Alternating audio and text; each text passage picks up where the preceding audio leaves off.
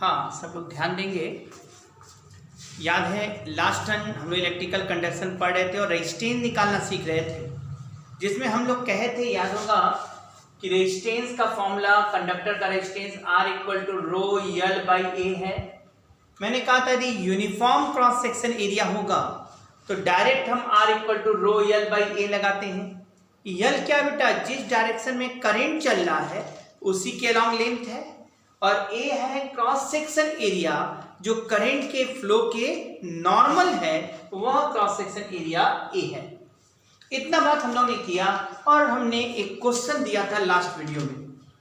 कहा था कि एक कॉपर का सिलेंडर है जिसका रेडियस r है और रेजिस्टिविटी ρ1 है, और वह इलेक्ट्रोप्लेटेड है निकेल से जिसका रेजिस्टिविटी ρ2 है और अप टू रेडियस 2r तक यह इलेक्ट्रोप्लेटेड है। आपको सर्कुलर फेसेस के अक्रॉस इक्विवेलेंट रेजिस्टिविटी निकालना है। इसके लिए सबसे पहले हम सर्कुलर फेसेस के अक्रॉस रेजिस्टेंस निकालेंगे इक्वल। यदि आप थोड़े से भी समझदार हैं तो समझ रहे होंगे ये वाला एक रेजिस्टेंस और ये वाला एक रेजिस्टेंस। यहाँ कोई भी वोल्टेज दोगे तो पूरे पर एक ही वोल्टेज दिया जा रहा है। हम बड़े अच्छे से कर सकते हैं कि यहाँ दो रेजिस्टेंस पैरेलल की तरह ट्रीट होगा।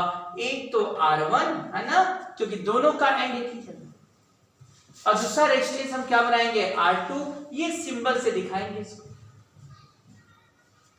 यहां R1 का वैल्यू क्या होगा जरा समझना। क्या R1 इक्वल टू ρ1 कर दो, ρ1 इसका रेजिस्टेंस है, तो यल तो यही रहेगा, तो ρ1L बाई एरिया माने ये वाला एरिया है बेटा, और ये एरिया हो जाएगा पाई R स्क्वायर। चलो इसका रेजिस्टेंस आ गया। अब R2 इसका रेजिस्टेंस निकालना है। जब R2 लिखेंगे तो हमें लिखना पड़ेगा रो यल बाई फिर एरिया। हाँ, ये ρ1 था और ये क्या हो गया ρ2 है। अब बताइए एरिया कौन सा होगा इसमें, तो हमें बस निकेल वाला एरिया लेना पड़ेगा। आप समझ रहे होगे टोटल एरिया देखा जाए तो ये रेडियस 2r है, तो टोटल एरिया होगा पाई इंटू 2r का होल स्क्वायर। लेकिन उसमें से हमको घटा देना होगा ये, तब नहीं ये वाला एरिया निकल कर आ जाएगा, ये चाहिए एरिया, तो माइनस पाई आर स्क्वायर। निसंदेह ये 4 पाई आर स्क्वायर में से पाई आर स्क्वायर गया तो बचा कितना, 3 पाई आर स्क्वायर। और जो ये तैयार होगा, ये इक्विवेलेंट बनके जो तैयार होगा, एक रेजिस्टेंस मानोगे तो वहां लिखोगे R equal to rho L by area के लिए रेडियस क्या लोगे, 2r लोगे। अब पूरा इक्विवेलेंट माने एक बना के सिलेंडर रख दो, सबको हटाकर एक सिलेंडर रख दो। अब उसका रेडियस क्या हो गया 2r, तो पाई इंटू 2r का होल स्क्वायर मतलब 4 pi r square, pi into 2r का होल स्क्वायर। और हम जान रहे formula 1 by R equal to, parallel है ना बेटा, तो 1 by R equal to 1 by R1 plus 1 by R2। बोलिए कोई दिक्कत। 1 by R equal to 1 by R1 plus 1 by R2। 1 by R करो ना बेटा, नीचे लिखाएगा रोयल, ऊपर होगा 4 पाई आर स्क्वायर। बड़े अच्छे से लिख सकते हो 4 pi R square by rho into L. 1 by R1 लिखोगे तो क्या आएगा बेटा, पाई आर स्क्वायर, नीचे लिखाएगा बेटा ρ1 यल अपान पाई, अपान वाला चीज ऊपर चल जाएगा, ρ1 इंटू यल। 1 बाई R2 मतलब 3 pi R square upon ρ2 into L गया, पाई आर स्क्वायर गया। निसंदेह 4 by rho equal to 1 by ρ1 plus 3 by ρ2। Rho का वैल्यू कितना निकल कर आ जाएगा, जल्दी से बताइए। रो यहां लिख रहे हैं, देखो बेटा सॉल्व कर लो इसको जल्दी से, तो आप सब लोग जल्दी से सॉल्व करो। और बड़े अच्छे से आप इसको हटा सकते हैं, बड़े अच्छे से आप लिख सकते हो रो इक्वल टू बड़े आराम से 4 ρ1 ρ2। देख रहे होंगे सब, यहाँ रो 2 प्लस 3 रो 1, तो नीचे लिख दिया मैंने रो 2 प्लस 3 रो 1। खेल मेरा समाप्त। ये आ गया इक्विवेलेंट रेसिस्टिविटी। आया समझ में? आसान था। चलिए हम लोग नेक्स्ट क्वेश्चन की तरफ चलें। बड़े आराम से रो निकल कर आ गया।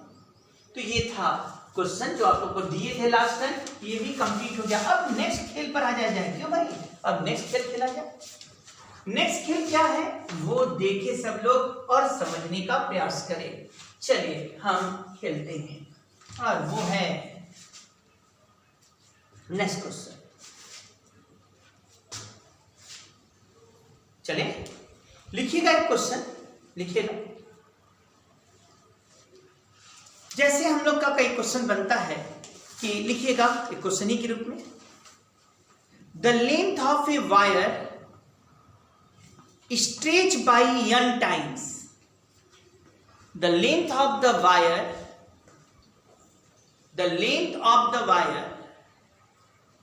stretch by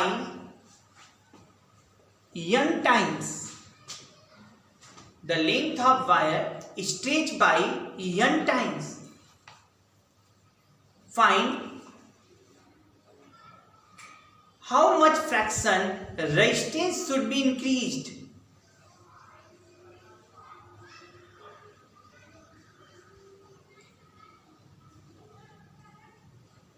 ठीक, अब इसको कैसे लगाएंगे? आप लोग लगाना शुरू करें। जैसे ही कहा जाता है एक वायर दिया गया, समझना एक वायर दिया, इसका लेंथ L है और क्रॉस सेक्शन एरिया A है, तो R इक्वल टू क्या लिखेंगे? रो L बाई A। आप भी समझ रहे हैं। मान लीजिए यहाँ L1 दे दिया, यहाँ A1 हो गया क्रॉस सेक्शन एरिया, और यहाँ पर R1 करो, यहाँ L1 और यहाँ A1। यदि करता लेंथ खींच कर n टाइम्स कर दिया गया, तो इसका मतलब हम यदि नया लेंथ L2 बना तो निसंदेह जब खींचेंगे तो लेंथ बढ़ेगा तो एरिया तो कम होगा ना। तो हम R2 बराबर लिख देते हैं रो L2 बाई A2। अब तुमसे हम कहें R2 बाई R1 निकालो। यदि हम तुमसे कहते हैं R2 बाई R1 निकालो, तो क्या कहोगे? रो से रो कट गया। यदि साफ साफ देखो तो L2 बाई L1, देख लो ना, इसमें से इसको डिवाइड किया, L2 बाई L1, नीचे A1 है और इधर R2 में A2 है, तो यहाँ R2 ऊपर है तो नीचे आएगा A2 और ऊपर क्या आएगा? A1। तो लिखने वाला लिखेगा L2 by L1 into A1 by A2।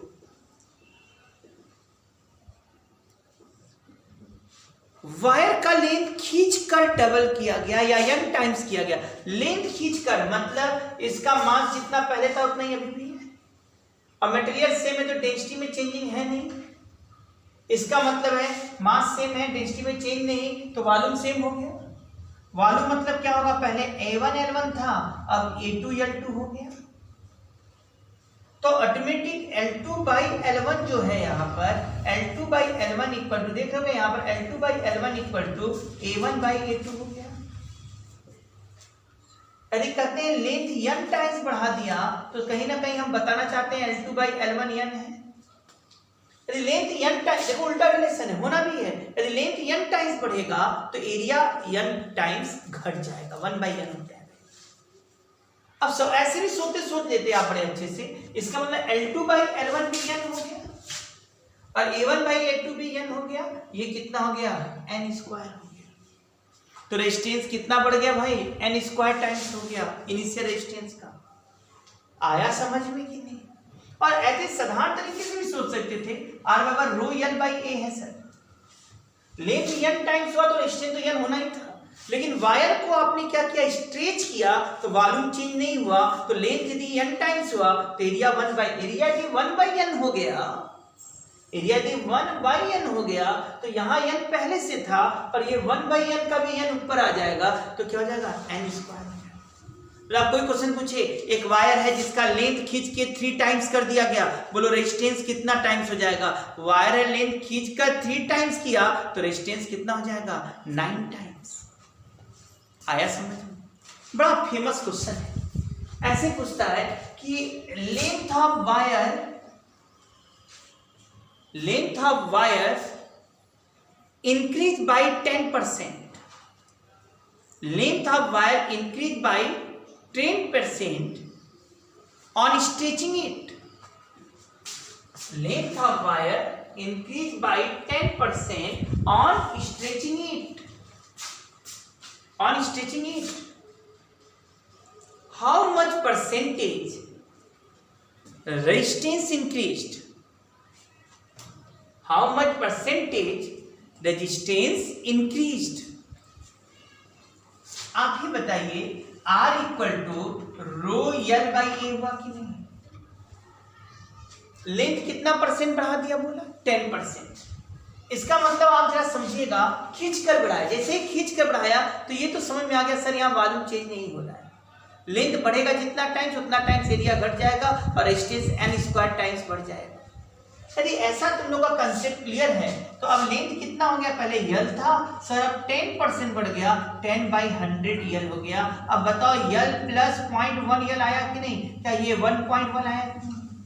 ये तुरंत सोचने सीखना होगा। जैसे कहा 10% बढ़ा, और लिख किया जाता है सब क्वेश्चन, 10% बढ़ा मतलब क्या हुआ? 0.1 यल, 10/100 0.1 यल बढ़ गया। यल था, यल प्लस 0.1 यल, सर 1.1 यल हो गया। लेंथ 1.1 यल बढ़ गया तो रेजिस्टेंस कितना होगा? स्ट्रेच किया गया है तो रेजिस्टेंस हो जाएगा n स्क्वायर, मतलब लेंथ 1.1 का स्क्वायर कर देंगे और 1.1 का स्क्वायर मतलब 1.21। अब बताओ यहां पर R2 बराबर 1.21 R1 हो गया। रेजिस्टेंस यदि इतना बढ़ गया 1.21 तो बताओ परसेंटेज कितना आएगा बेटा? परसेंटेज निकालने तो ऐसे करेंगे, तो 1.21 R1 में से R1 गया तो क्या हो जाएगा? 0.21 हो जाएगा R1 कैंसिल, 0.21 परसेंटेज निकालना है तो इंटू 100 कर दो, यहां भी 121%। वैसे आप दिमाग रखते तो तुरंत बोलोगे। जैसे हम तुमसे कहें लेंथ, हमने एक वायर है उसका लेंथ खींचकर 20% बढ़ा दिया, लेंथ 20% मतलब लेंथ कितना हो गया? 1.2 यल।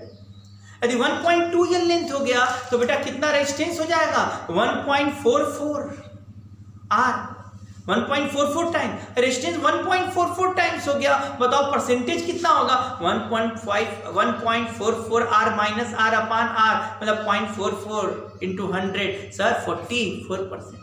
अब और बोलो 30% लेंथ हमने क्या कर दिया? खींच कर बढ़ा दिया, तो बताओ रेजिस्टेंस कितना बढ़ जाएगा? आंसर बोलो जल्दी से। 30% लेंथ खींच कर बढ़ा दिया, बोलो रेजिस्टेंस कितना परसेंटेज बढ़ जाएगा? कितना आएगा? 69। कैसे समझ में आया? 30% बढ़ाया, 1.3 हो गया, 1.3 टाइम्स हो गया लेंथ। अब इसका स्क्वायर कर दो, 1.69 माइनस 1 मतलब आ गया 0.69 इंटू 100। अरे तुरंत हो गया। अब देखिए आपका दिमाग खुद कंप्यूटर है, यही है फिजिक्स। पहला बार लगाया नियम लगा के कर रहे थे। अरे देखो ना, 2 बार प्रैक्टिस किया, तीसरी बार आप आंसर खुद बोल रहे हो। यही तो चाहिए हमें। अब बोलिए, हम बोलते हैं हमने 50% खींचकर लेंथ बढ़ा दिया, 50% खींचकर लेंथ बढ़ा दिया, 50% लेंथ बढ़ा दिया। बताओ रेजिस्टेंस कितना परसेंट बढ़ गया? जल्दी बोलो। लेंथ 50% मतलब समझ रहे हो 1.5 टाइम्स हो गया लेंथ, है ना? 1.5 का स्क्वायर किया तो कितना हो गया? 2.25। तो रेजिस्टेंस हो गया 2.25 R। परसेंटेज बोलोगे तो एक R घटेगा अपान R होगा, तो ऑटोमेटिक 1.25 आया इंटू 100, 125%, 125%, 125%। आ रहा समझ में? लोग खत्म हो गए इस तरह के क्वेश्चन। अब ऐसे ही एक क्वेश्चन और बनाना, कहा 2 बॉल हैं सेम मटेरियल के। क्या बोला मैंने? 2 बॉल है सेम मटेरियल के और सेम मास के। 2 बॉल हैं, 2 बॉल A एंड B है, ऐसे नाम दे दो। 2 बॉल A एंड B है, सेम मटेरियल के हैं और सेम मास के हैं। दोनों को मेल्ट करके वायर बनाया गया। दोनों को मेल्ट करके सेम मटेरियल के हैं और सेम मास के, दोनों को मेल्ट करके वायर बनाया गया। और ए वाले से जो वायर बनाया उसका रेडियस बी वाले के रेडियस का हाफ है। ए का रेडियस बी वाले क्रॉस सेक्शन रेडियस का हाफ है। बताओ R A by R B, मतलब ए के रेजिस्टेंस, जो ए से बना हुआ वायर है उसका रेजिस्टेंस आर ए है, बी से बना हुआ वायर जो है उसका रेजिस्टेंस आर बी है। तो जल्दी से बताओ R A by R B क्या होगा। दो स्फीयर हैं, सेम मास के हैं, सेम मटेरियल के हैं, सेम मास के हैं, इन्हें मेल्ट करके दो वायर बनाया गया। स्फीयर ए से जो बना उसको वायर ए, स्फीयर बी से जो बना उसको वायर बी दिया। ए का रेडियस बी के रेडियस का हाफ है, तो बताओ ए और बी के रेजिस्टेंस का रेशियो क्या होगा, R A by R B. बताओ जल्दी से, फास्ट। तो समझे अब क्या होगा, है ना। आप लोग पॉज करेंगे और पॉज करके क्वेश्चन सॉल्व कर लेंगे, फिर आंसर बोल देंगे। मिला लीजिए। अब आइए यहां देखिए, जैसे मैंने कहा रेडियस हाफ हो गया, इसका मतलब हम शायद तुमसे बोलना चाहते थे area pi R square, pi R B square by 4, area हो गया 1/4। यदि ए का एरिया 1/4 हो गया है, समझ में आ रहा होगा यहां पर, है ना। अरे भाई समझ रहे हो ना कैसे हो गया भाई, ये किया तुमने, आर ए आ गया आपका इतना, तो हम कह सकते हैं एरिया होगा पाई आर ए स्क्वायर, और बी वाले का क्या हो जाएगा, पाई R B square. R A की जगह आर बी बाई 2 करोगे तो क्या हो जाएगा, पाई आर बी स्क्वायर बाई 4। ये एरिया ऑफ ए है और ये एरिया ऑफ बी है। क्या ए का एरिया 1/4 हो गया, मास सेम होने, मटेरियल सेम होने का मतलब वॉल्यूम सेम हो गया। और जैसे ही हमें पता चलेगा वॉल्यूम सेम और एरिया 1/4 है, तो लेंथ इसका 4 टाइम्स होगा, तभी तो बात होगा। लेंथ 4 टाइम्स होगा तो रेजिस्टेंस कितना टाइम्स हो गया बेटा, 16 टाइम्स हो जाएगा। यहाँ R A by R B equal to से ध्यान दीजिएगा, इन सभी क्वेश्चन में वॉल्यूम सेम है, इसलिए हम कह पा रहे। सिंपली कल का लेंथ डबल हो जाएगा तो रेजिस्टेंस डबल हो जाएगा। हाँ, ये बोलता खींच कर लेंथ डबल कर दिया, बात बदल गया। खींचकर स्ट्रेच करके लेंथ डबल कर दिया, स्ट्रेच करके लेंथ डबल कर दिया। मतलब जब स्ट्रेच किया तो लेंथ डबल, तो एरिया जो क्रॉस सेक्शन का वो हाफ हो गया, तो दोनों का इफेक्ट होगा, इसलिए रेजिस्टेंस 4 टाइम्स हो जाएगा। हाँ, ये लग गया होगा, सबसे बात समझ में आ गया होगा। आइए हम बोले थे आज थोड़ा सा non uniform cross section area का भी कुछ बात करेंगे और उससे भी कुछ क्वेश्चंस लगाने का प्रयास करेंगे। आइए एक दो क्वेश्चन लगाया जाए, फिर आगे बढ़ा जाए। हम बात करते हैं सबसे पहला बात, यदि आप लोग कहते हो तो ये लो, ये स्फेरिकल कंडक्टर है जिसका इनर रेडियस r1 है और आउटर रेडियस r2 है। ये स्फेरिकल कंडक्टर है, इसका इनर रेडियस r1 और आउटर रेडियस r2 है, और इसका रेजिस्टिविटी रो दिया गया है। इसकी रेजिस्टिविटी कितना दिया गया बेटा, रो दिया गया है, और कहा गया कि एक सेल जोड़ा गया, ध्यान दीजिएगा, पॉजिटिव और ये नेगेटिव, और वह इनर सरफेस यहां बना दो होल टाइप का होगा।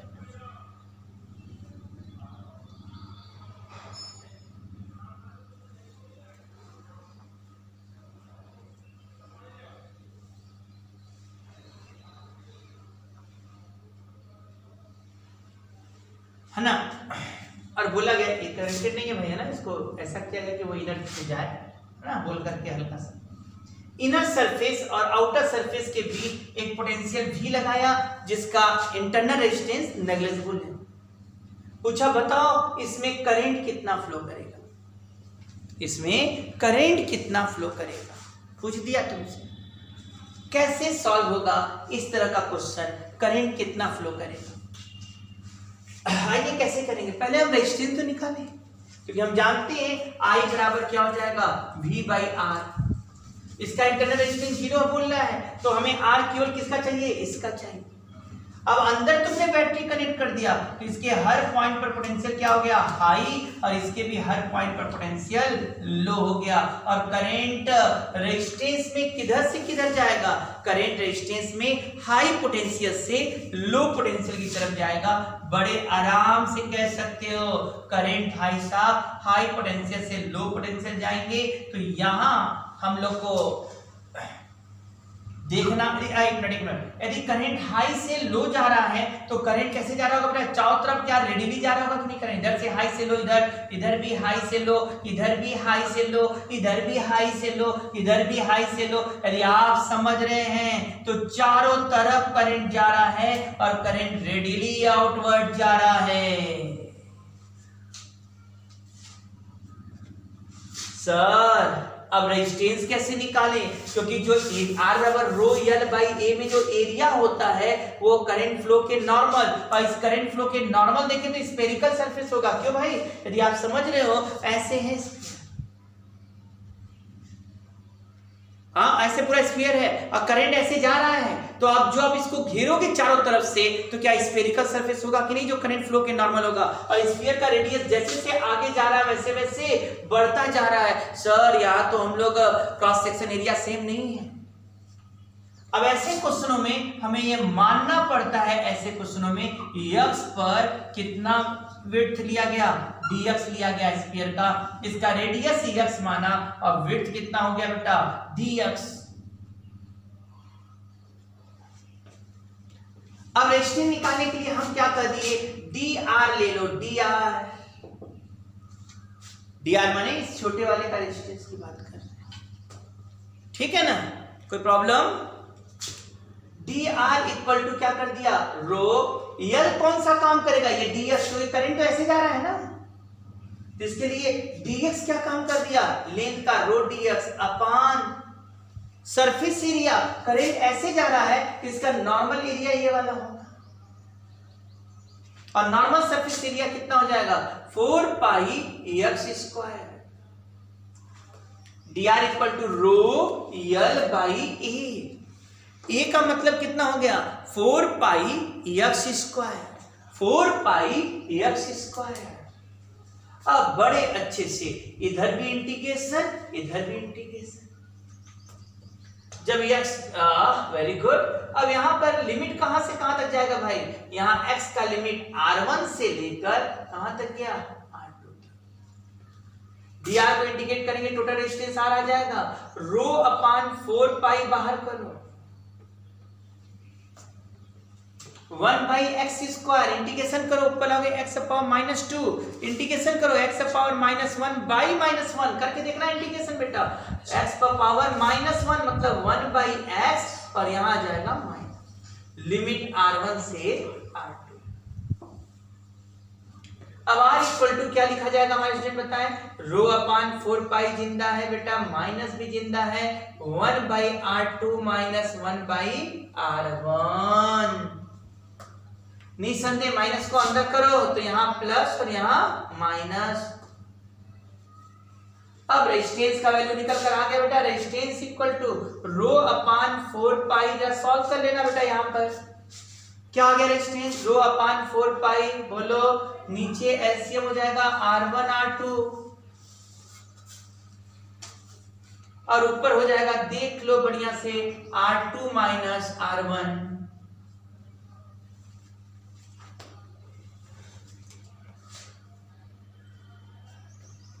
I का वैल्यू लिखना होगा V बाई R, R कितना हो गया, रो R2 माइनस R1 अपान है ऊपर जाएगा 4 पाई R1 R2।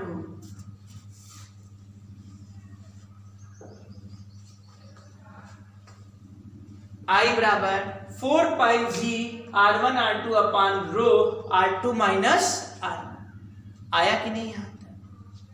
चलो इसको कर लो जल्दी से, I by V by R हो जाएगा, R का मतलब रो अपान 4 पाई, सॉल्व कर लो निकल के आ जाएगा।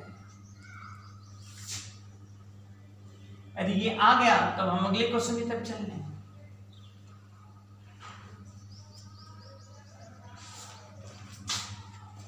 चलिए नेक्स्ट क्वेश्चन लिखिएगा, एकदम इसी से मिलता जुलता दे रहे हैं क्वेश्चन। एक सिलेंड्रिकल कंडक्टर है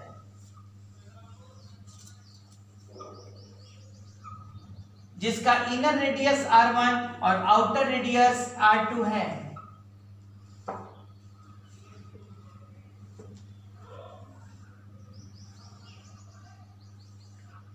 इनर रेडियस r1 और आउटर रेडियस R2, रेजिस्टिविटी बेटा रो है और इसका लेंथ L है, रेजिस्टिविटी रो है और लेंथ L है। इसके इनर सरफेस पे फिर कनेक्ट कर दिया बैटरी मैंने, प्लस टर्मिनल और ये निगेटिव ऐसे और ये पोटेंशियल V हो गया। कहा गया इसका इंटरनल रेजिस्टेंस नेग्लिजिबल है। Find the current, find the value of current. फिर वही पुरानी बात, क्या होगा I इक्वल टू V/R। अच्छा अब करंट कैसे जाएगा? इस पर आपने वायर कनेक्ट कर दिया है बैटरी, तो ये पूरा सरफेस इक्विपोटेंशियल हो जाएगा और पूरे का पोटेंशियल क्या हो जाएगा? सेम हो जाएगा और हाई हो जाएगा, जबकि आउटर में पूरे का पोटेंशियल सेम है और लो है। अब होगा क्या, अंदर पोटेंशियल हाई और बाहर पोटेंशियल लो, तो क्या करंट चारों तरफ हाई से लो जाएगा कि नहीं? और जैसे जैसे करंट फ्लो के हम आगे करंट फ्लो के डायरेक्शन में आगे बढ़ेंगे, जो क्रॉस सेक्शन जो एरिया है इसका, जो करंट फ्लो के नॉर्मल है वो सिलेंड्रिकल एरिया है, उसका सरफेस एरिया लगातार बढ़ता जाएगा। सरफेस एरिया बढ़ता जा रहा है, यूनिफॉर्म नहीं है। तो हमने क्या कहा था, इंटीग्रेशन से सॉल्व करेंगे। कैसे लेंगे इंटीग्रेशन, एलिमेंट कैसे लेंगे? x पर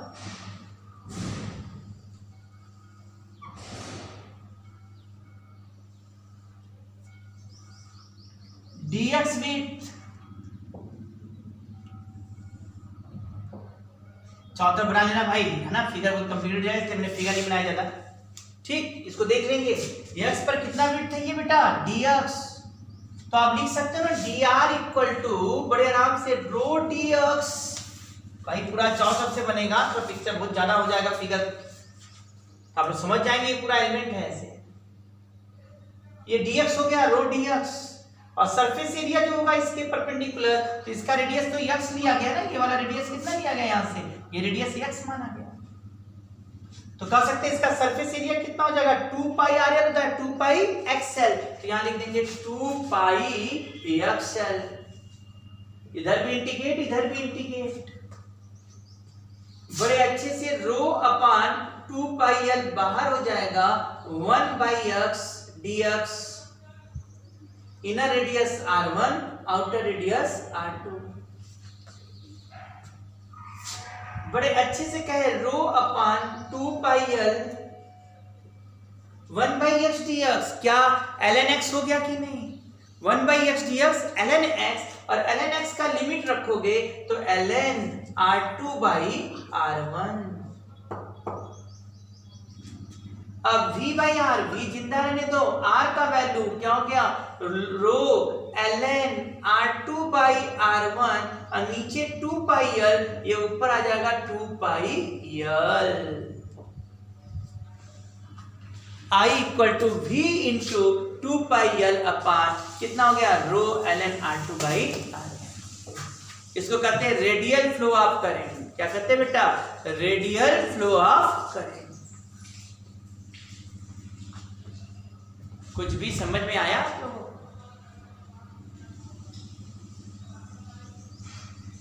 लग जाएगा सबसे? वेरी गुड, हमारे सब स्टूडेंट समझदार हैं।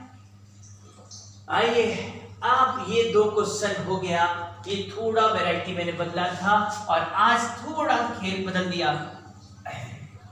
आइए एक क्वेश्चन और दिया जाता है और जरा समझ के सब लोग इस क्वेश्चन को भी लगाएंगे।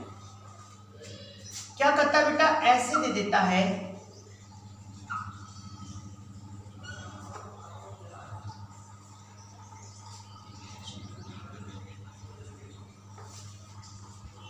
कॉनिकल शेप है और फिगर अच्छा नहीं बना और अच्छा बना सकते हैं।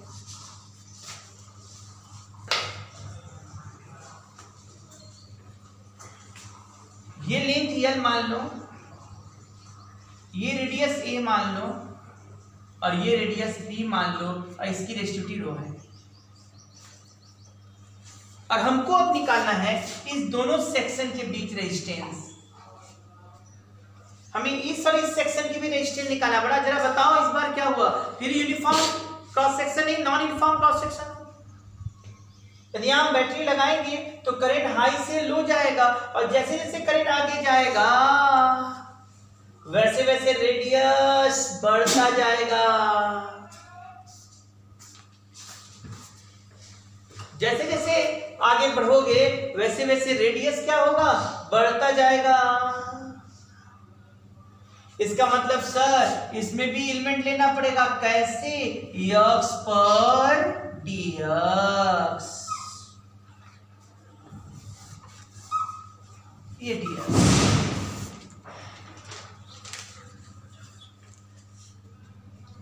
dx थिकनेस है। अब कैसे करेंट निकाला जाए वो देखो, सोचा जाए। रेजिस्टेंस कैसे आएगा बेटा, हमारे स्टूडेंट बताएंगे किससे, क्या dr इक्वल टू उन्हें रो इंटू dx मानना पड़ेगा कि नहीं। dr equal to rho into dx upon area, मामला फंस गया। सर मान लो कि x है तो ये दूरी जो यहां से यहां तक है वो y है,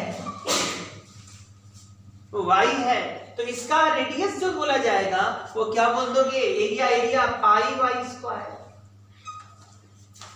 और सही बात, ऐसे ऐसे सेक्शन ऐसे बने रहे तो सब रेजिस्टेंस सीरीज में तो R1 plus R2 plus R3 जुड़ता है। आप समझ रहे हो कि यहाँ dr सब जुड़ जाएगा।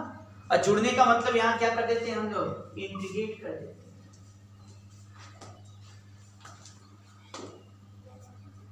अब पूरी लड़ाई y का वैल्यू निकालने पर आप लोग भी समझ रहे होगे ये लीनियर इक्वेशन है ना, आया तो समझ जाना, ऐसे समझ जाया करो। देखो जिसको नहीं आता है, थोड़ा मैथमेटिकल नहीं है, मैथ वाले तो समझ सकते हैं आसानी से, लेकिन जो मेडिकल रीजन से होंगे, नीट वाले तैयारी कर रहे होंगे, वो बच्चे थोड़ा ध्यान दे देंगे। इसको थोड़ा इजी कर लिया जाए। स्ट्रेट लाइन का इक्वेशन तुम लोग पढ़े होंगे, ये स्ट्रेट लाइन नहीं है, इसको ओरिजिन मान लिया तो ये x है और ये क्या है y, और ये इंटरसेप्ट ऑन y एक्सिस। और स्ट्रेट लाइन का इक्वेशन क्या होता है, y बराबर mx प्लस c यहां क्या होगा, intercept on y axis, a के बराबर, y बराबर mx प्लस a। यम क्या है, स्लोप। यम कैसे निकल जाएगा सर, यम माने tan थीटा, याद होगा, M equal to tan theta slope. और tan थीटा क्या होगा, परपेंडिकुलर बाई बेस। परपेंडिकुलर क्या होगा बेटा, पूरा b है, यहां तक a है, तो क्या ये b माइनस a होगा कि नहीं, और ये यल हो जाएगा tan theta equal to b minus a by L. तो यम की जगह हम लोग क्या रख सकते हैं, b माइनस ए बाई यल, जो हम बाद में रख देंगे। समझे रखना, यम का value b minus A by यल है। आइए अब सब स्टूडेंट हमको यहाँ सपोर्ट करे भाई, यहाँ पर बोलिए y इक्वल टू क्या यहाँ लिखा गया, mx प्लस a का होल स्क्वायर। और सर x का वैल्यू कहां से कहां तक जाएगा, 0 से l तक, तो 0 से l तक। बोलिए क्या क्या कॉमन, रो कॉमन, पाई भी कॉमन बेटा, rho by pi, integration of dx upon mx plus a का होल स्क्वायर, जो 0 से l तक गया। जिस स्टूडेंट को आता है ठीक है, जिन्हें नहीं आता वो समझेंगे। यहाँ पर रेजिस्टेंस का वैल्यू कैसे निकलेगा बेटा, R जिंदा है, रो अपॉन पाई भी जिंदा है। रुके रहो, इसको थोड़ा फैलाव बना के लिखते हैं, जगह लेके लिखते हैं। हाँ या कहाँ लिखा जाए भाई, चलो ठीक है, यहां लिखते हैं। R इक्वल टू क्या हो गया, जल्दी से बताओ, रो अपॉन पाई तो जिंदा है, यहाँ mx प्लस a का होल स्क्वायर, जिसका इंटीग्रेशन आता होगा सब लोग को, नहीं तो जान ले यहाँ हल्का सा आप लोग 1 अपॉन, यदि कहीं लिखा जाए ax प्लस b का होल स्क्वायर, इसका इंटीग्रेशन आएगा बेटा माइनस, तो इसको x की तरह ट्रीट करो, तो x पावर माइनस 2 का इंटीग्रेशन होता है x power minus 1 by minus 1, तो यहां हो जाएगा ax प्लस b का पावर माइनस 1, और ये अपान x के साथ a है ना, ये नीचे आ जाएगा। सेम यहां भी आप देखोगे तो ऐसा ही आने वाला है, रो बाई पाई हो गया, mx प्लस a का होल स्क्वायर, तो माइनस आगे कर दिया, ये आ गया 1 अपान mx प्लस a, x का वैल्यू 0 से l तक हो गया है। और यम इंटीग्रेशन ये नीचे आ गया यहाँ, ये इंटीग्रेशन है बेटा, आ जाए तो ठीक है, मैथ वालों को तो आ गया होगा, बाय वाले थोड़ा ध्यान देंगे। इस फॉर्मूले के रूप में इसको बना सकते हैं कि जो x के साथ मल्टीप्लाई है सर वो नीचे आ जाता है, इसको पहले x पावर -2 बना दिया, x पावर -2 बना दिया, x सुन रहे हो ना। अब ऐसे करने वाले ऐसे सोच सकते हैं, हम लोग ऐसे किए ax + b = t मान लिया, तो a dx = क्या हो जाएगा बेटा, dt हो जाएगा, तो dx = dt/a, तो यहाँ dt/a, इसीलिए a नीचे आएगा, और यहाँ dt यहाँ t² होगा, सॉल्व करोगे तो 1/t² का -1/t आ जाएगा, सेम चीज -1/t रख दिया, और जो a बचेगा यहाँ से वो आ जाएगा। इसीलिए हम शॉर्टकट बोल देते हैं कि भाई देखो ax + b है, x पावर -2 हो गया, इसको सॉल्व किया, x पावर -2 + 1 अपान -2 + 1, तो ये -1 यहाँ भी माइनस आ गया, नीचे माइनस है ऊपर आ गया, और x के साथ जो मल्टीप्लाई है वो नीचे आ गया। और ऐसे आप लोग जो मैथ वाले समझ जाए, x + b की जगह t रखेंगे तो यही आएगा, a dx की जगह dt, तो dx की जगह dt/b, और यहाँ t रख दोगे, सॉल्व करोगे तो वैल्यू निकल कर आ जाएगा। हाँ, क्या हमारे स्टूडेंट यहाँ पर लिमिट रख पाएंगे एकदम अच्छे से? r इक्वल टू क्या लिखाएगा बेटा, रो तो जिंदा है,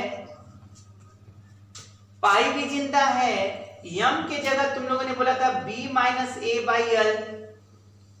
अब जरा यहां खेल देखिएगा, यहां 1/ml + a होगा, x के जगह पर लिमिट माइनस लोअर लिमिट जब रखेंगे x 0 रखेंगे तो a बचेगा 1/a। ध्यान देंगे यहां माइनस साइन भी बाहर है, यम की जगह b - a/l, b - a/l, जैसे b - a/l तो l से l कैंसिल, सॉल्व करिए, यम की जगह b - a/l, l से l कट जाए, b - a बचेगा, -a + a से कैंसिल हो जाएगा, यहां केवल b आएगा, और इस माइनस को अंदर ले जाओ तो ये प्लस और ये माइनस, बड़े अच्छे से ρl upon pi b - a हो गया, और ऊपर भी देखोगे ना माइनस a, ये हो जाएगा b - a, और नीचे हो जाएगा ab, तो b - a कट गया, और देखा जाए तो रेजिस्टेंस का फॉर्मूला बड़ा छोटा सा आ गया है, R = ρl अपान पाई ab। तो भाई देखिए, मैथ वालों को तो पूरा चीज ध्यान देना है, आईटी बार के प्रिपरेशन वालों, लेकिन जो नीट का प्रिपरेशन में है उतना कौन याद रखेगा, इतना करेगा, वहां तो तुरंत लगाना है, तो इसको याद कर लेते हैं हम लोग। और कैसे याद करते हैं देखो, पहचानो जरा, r/ρl अपान पाई ab, फॉर्मूला क्या होता है, ρl अपान एरिया पाई r स्क्वायर हुआ करता था, सिलेंडर पूरा होता था। अब सिलेंडर नहीं, यहाँ का रेडियस a है और यहाँ का रेडियस b है, तो हम कहे भाई पाई r स्क्वायर मतलब r × r, सिलेंडर रहा होता। ऐसे समझने के लिए कोई टेक्निक नहीं है भाई, याद करने का टेक्निक कोई नियम नहीं है।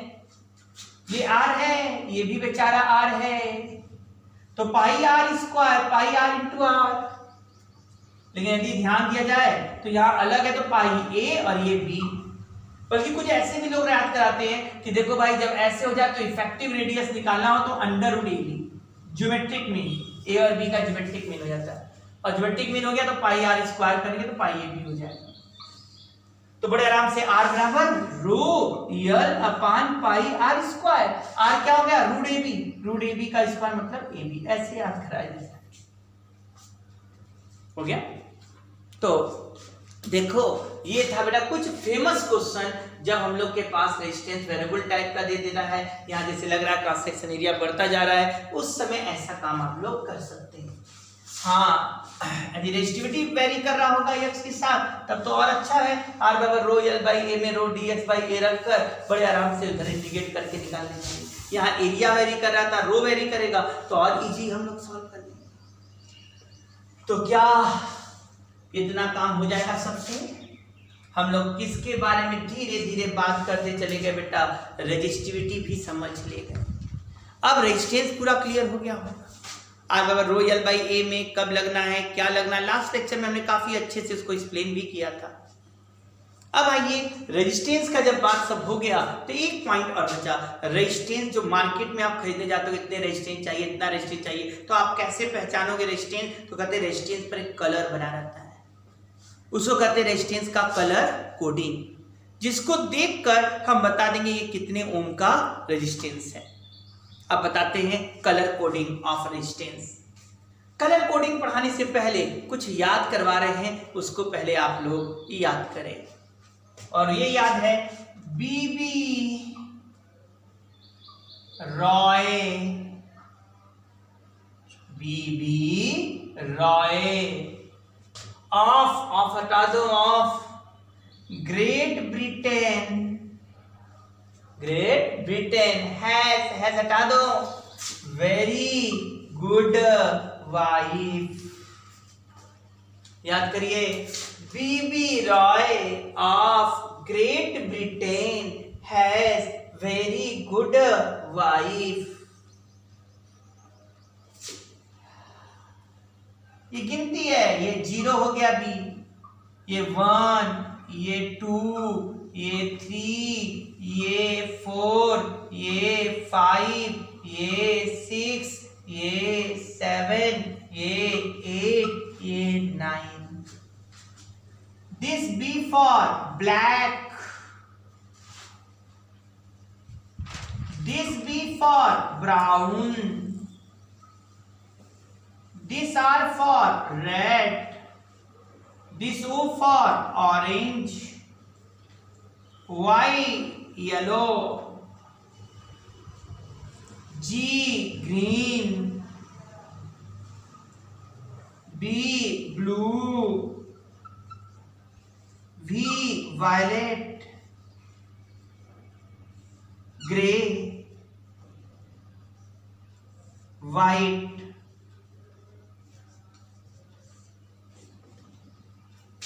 B.B. Roy of Great Britain has very good wife.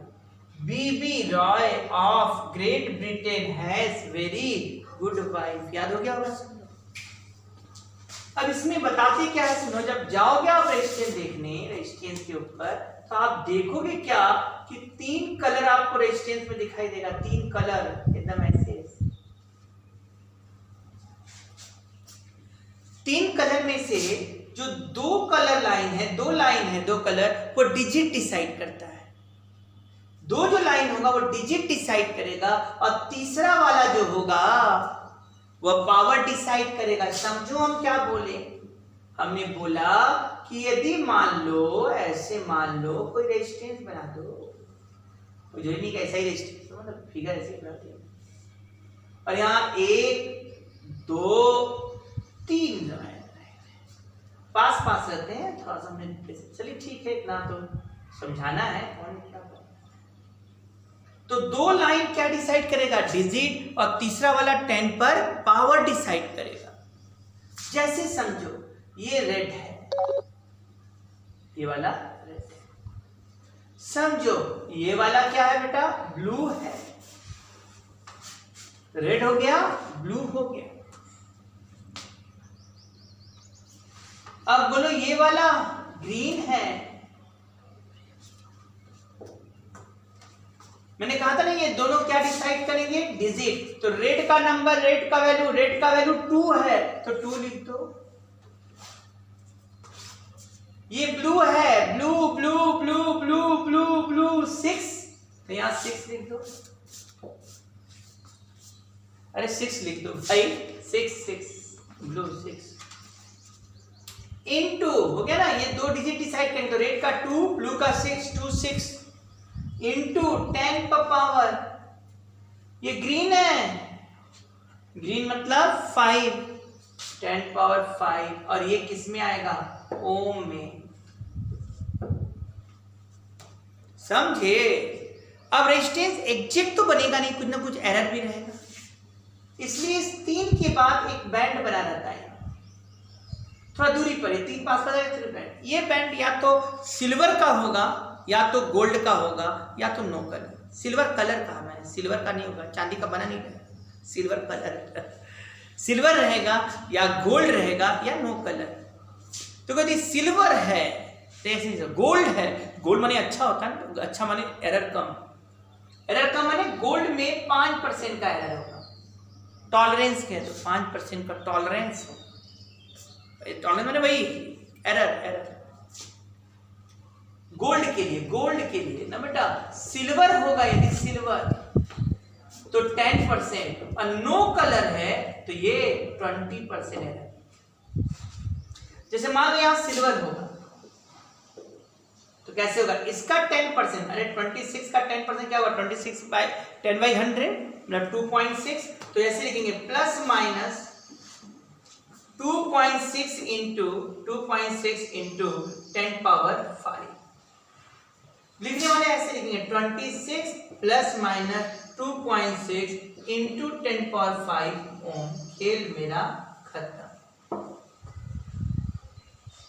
यहां यदि गोल्ड होता तो यहां 10% जगह क्या करते, इसका 5% लेते टर्न। नो कलर होता तब तो 20% हो जाता। कुछ आया समझ में? एक दे तुम लोग करो जल्दी से, तो जल्दी से बताओ तो भाई। अब ये कलर कोडिंग था, जल्दी से हमारे स्टूडेंट बताएंगे इस कलर कोडिंग की। चलो बोलो जल्दी से। ये 3 है, इधर है, चलो इधर गोल्ड दे दिया, ये बेटा येलो, ये रेड, ठीक है, और ये ब्लू, और ये गोल्ड है। अब जल्दी से हमें बताइए क्या होगा इस रेजिस्टेंस का वैल्यू टॉलरेंस सहित। तो बड़े अच्छे से बोल सकते हैं येलो येलो येलो येलो मतलब 4। सर ये क्या है, रेड रेड रेड रेड माने 2, तो 2 डिजिट डिसाइड कर लिया, इंटू 10 पर पावर, ब्लू है ब्लू 6, 42 इंटू 10⁶, ये कितना हो गया, ओम हो गया। प्लस माइनस गोल्ड का परसेंटेज बनाइए, इसका कितना परसेंट, 5%। 42 इंटू 10⁶ का 5%, 42 इंटू 5/100, ठीक, कितना आएगा बेटा 42। इसका बनाओ जल्दी से बनाओ, जल्दी से बनाओ। हमें लगता है ये आ जाएगा 2.1, चेक करिएगा, 2.1 इंटू 10⁶, और यही ओम में आ गया। मेरा काम खत्म। लिखने वाले ऐसे लिखेंगे 42 प्लस माइनस 2.1 इंटू 10⁶ ओम। खेल खत्म। अब आया कलर कोडिंग सब लोग। तो चलो इस तरह से ये पार्ट भी हम लोगों ने क्या कर लिया, कलर कोडिंग का बात भी समाप्त कर दिया। अब थोड़ा सा हम लोग बात पढ़ लिया जाए बल्ब के बारे में। क्या चीज बारे में बेटा, बल्ब के कुछ क्वेश्चंस आते हैं, जरा उनको भी समझ लिया जाए और उनको भी लगा लिया जाए।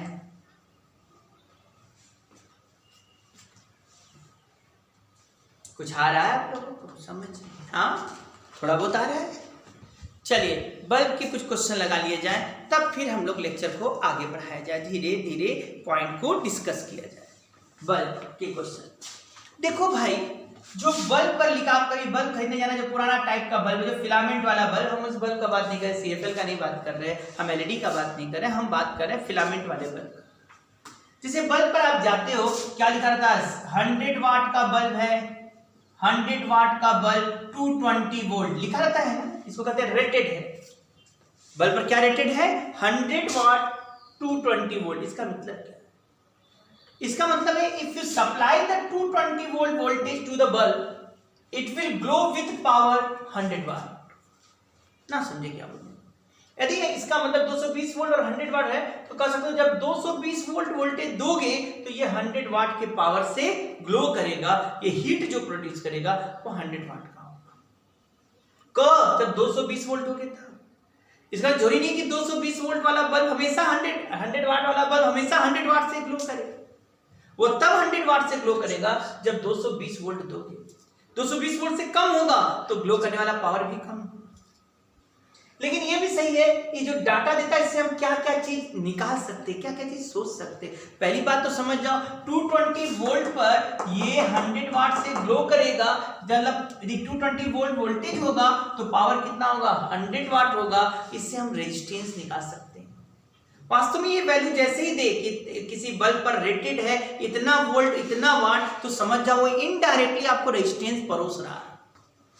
और याद होगा आप लोग को, यदि हीटिंग इफेक्ट, यहाँ हीटिंग इफेक्ट काम कर रहा है तो हमने बताया था P बराबर I स्क्वायर R होता है। और वोल्टेज के टर्म में लिखे तो I की जगह क्या हो जाएगा V बाई R। ये हीटिंग इफेक्ट में जो पावर लॉस हो रहा है उसकी बात कर रहे हैं। I की जगह V बाई R कर दोगे तो ये V square by R square into R power, एक R कट गया, P बराबर क्या लिखा हमने V square by R, power P equal to V square by R। अब समझो जरा, क्या R लिख सकोगे कि नहीं? इसमें R लिखना होगा तो R इक्वल टू क्या हो जाएगा V स्क्वायर बाई P। और ये भी कर सकते हो, ये बल्ब 100 वाट से ज्यादा तेज ग्लो नहीं कर सकता, और ये बल्ब 220 वोल्ट से ज्यादा बियर भी नहीं कर सकता। इसका मतलब ये भी हुआ, तो इसका मतलब जैसे 220 वोल्ट 220 वोल्ट और 100 वाट रेटेड है, तो मतलब समझ जाइए मैक्सिमम 220 वोल्ट वोल्टेज बियर कर सकता है। और जब 220 वोल्ट वोल्टेज बियर करेगा उस समय इसका पावर 100 वाट होगा। और सर इससे हम रेजिस्टेंस निकाल लेंगे, ठीक। ये भी V मैक्सिमम होगा और ये क्या होगा P मैक्सिमम, ऐसे भी कर सकते हो। यह बल्ब मैक्सिमम 220 वोल्ट बियर कर सकता है, और जब 220 वोल्ट बियर करेगा तो पावर 100 वाट से ग्लो करेगा। और इससे हम रेजिस्टेंस निकाल लेते हैं। ये V सप्लाई वाला नहीं, रेटेड वाला है ना, V मैक्स और P मैक्स का। तो ये रेजिस्टेंस निकल जाता है। दूसरा ये निकल जाता है कि इस बल्ब से मैक्सिमम करंट कितना जा सकता है, क्योंकि ये जो P दिया हुआ है P equal to V into I करोगे तो जो I जा सकता है वो P बाई V। ये रेटेड है बेटा, रेटेड पावर रेटेड वोल्टेज। और ये I क्या निकल गया, कितना मैक्सिमम करंट जा सकता है कि बल्ब फ्यूज न हो। इससे ज्यादा करंट जाएगा तो बल्ब फ्यूज हो जाएगा। तो ये जो बल्ब पर रेटेड होता है उससे क्या क्या चीज पता लगता है? पहला पता लगता है कि 220 वोल्ट से ज्यादा वोल्टेज नहीं बियर कर सकता। दूसरा पता हो जाता है कि 100 वाट दे दिया है, 220 वोल्ट दे दिया है, तो इसका मतलब साफ हो गया कि इससे हम रेजिस्टेंस निकाल सकते हैं उस बल्ब का, फिलामेंट का। और ये बता सकते हैं कि उस बल्ब से होकर मैक्सिमम कितना करंट जा सकता है कि बल्ब फ्यूज न हो। इससे ज्यादा करंट जाएगा बल्ब फ्यूज, इससे कम जाएगा बल्ब सेफ। इससे एक बात समझ आता है, यदि आप बल्ब खरीदते हो तो सब जगह 220 वोल्ट, क्योंकि सप्लाई तो सेम आता है, 220 वोल्ट का सप्लाई मांगते हैं। सब जगह 220 वोल्ट रेटेड है, इसका मतलब सब जगह का V मैक्स रेटेड फिक्स है। तो जिसका पावर ज्यादा उसका रेजिस्टेंस कम, तो इसीलिए कहते हैं जिस बल्ब में पावर ज्यादा रेटेड होगा लिखा रहेगा उसका रेजिस्टेंस उतना ही कम होगा। 100 वाट वाले बल्ब का रेजिस्टेंस कम और 60 वाट वाले बल्ब का रेजिस्टेंस ज्यादा होगा। जबकि 200 वाट का बल्ब ले लोगे तो सबसे कम आ जाएगा। किसके कंपेयर में सबसे कम? 200, 100 और 60, 200, 100 और 60 वाट के कंपेयर में बात कर रहे हैं। आया समझ में? तो ये रेटेड है बल्ब पर, उससे तीन चीज मिलता है। पहले मैक्सिमम वोल्टेज कितना बियर कर सकता है, दूसरा मैक्सिमम करंट कितना जा सकता है, और तीसरा रेजिस्टेंस मिल जाता है इससे। हाँ, चला जाए। अब चलिए हम क्वेश्चन दे रहे हैं और समझ के आप सब लोग कर दीजिए जल्दी से। देखिएगा और समझ के करेंगे। एक बल्ब पर 100 वाट रेटेड है। एक बल्ब पर कितना रेटेड है बेटा? 100 वाट रेटेड है और 200 वोल्ट रेटेड है। और यहां पर एक रेजिस्टेंस लगाना है। पूछा गया यहां एक बैटरी लगा दीजिए और 300 वोल्ट का, निसंदेह 300 वोल्ट का बैटरी देंगे यदि यहां पर, और ये 200 वोल्ट बियर कर सकता है। यदि डायरेक्ट लगाते तो ये बल्ब फ्यूज हो जाता है। तो निश्चित है बल्ब फ्यूज ना हो तो रेजिस्टेंस सीरीज में लगाना पड़ेगा। क्वेश्चन यही है, what is the minimum resistance R connected in series with bulb? What is the minimum resistance are connected in series with bulb so that bulb does not fuse if 300 volt voltage connected across it? 300 volt हम voltage दे रहे हैं, तो bulb के series में minimum कितना resistance लगाएं कि bulb fuse न हो। सब लोग पॉज करें और क्वेश्चन लगाएं। लगा ली होगी सब? समझना, यदि यहाँ 200 वोल्ट, अब ये मानते दो ही है स्टूडेंट, यहाँ 200 वोल्ट गिरना हम माने, सुन रहे हैं, मान लिया कि यहाँ 200 वोल्ट वोल्टेज गिरा, यदि यहाँ 200 गिरा, ये 300 है, तो यहाँ कितना गिरना पड़ेगा? 100 कम से कम गिरना पड़ेगा, 100। तो हम कह सकते हैं यहाँ गिरने वाला वोल्टेज 100 हो जाएगा, क्योंकि यहाँ 200 वोल्ट गिर गया। एक ही बल्ब है तो मान सकते हैं भाई सेम, यहाँ 200 गिर गया, 200 ज्यादा नहीं, यहाँ मैक्सिमम 200, यहाँ मैक्सिमम 200, तो यहाँ मिनिमम जो आया गया यहाँ पर 100 वोल्ट। यहाँ 100 वोल्ट पाने के लिए आपसे कहेंगे ना, हम क्या लगाते हैं? R बराबर V by I 100/I। I कितना होगा भाई? जब 200 वोल्ट यहाँ आप दे रहे हो पूरा का पूरा वोल्टेज, तो यहाँ का पावर 100 वाट हो जाएगा। उस समय I निकालोगे, समझ रहे होंगे, P कितना लिखाएगा यहाँ? 100, V कितना लिखाएगा? 200, I निकालोगे तो I इक्वल टू 0.5 एम्पियर। बड़े आराम से 100/0.5, 0.5 माने 1/2, 1/2 ऊपर आ गया 2, बड़े अच्छे से 200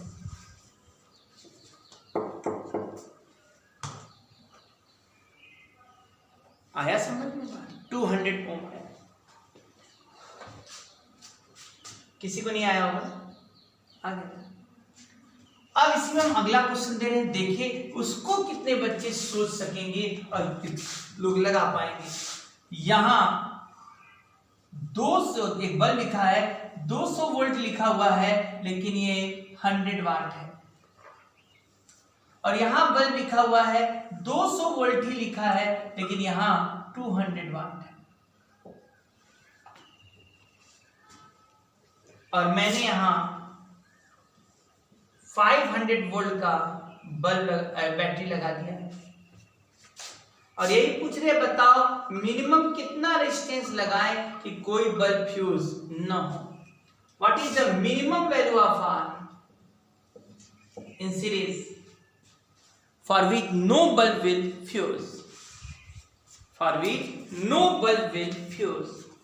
What is the minimum value of R for which no bulb will fuse? लगा पाएंगे?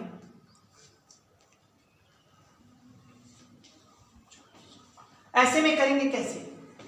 जरा ध्यान देना, पहले हम इसका क्योंकि देखो दोनों का वोल्ट और वाट अलग अलग है, और दोनों की कैपेसिटी अलग अलग है करंट बियर करने की।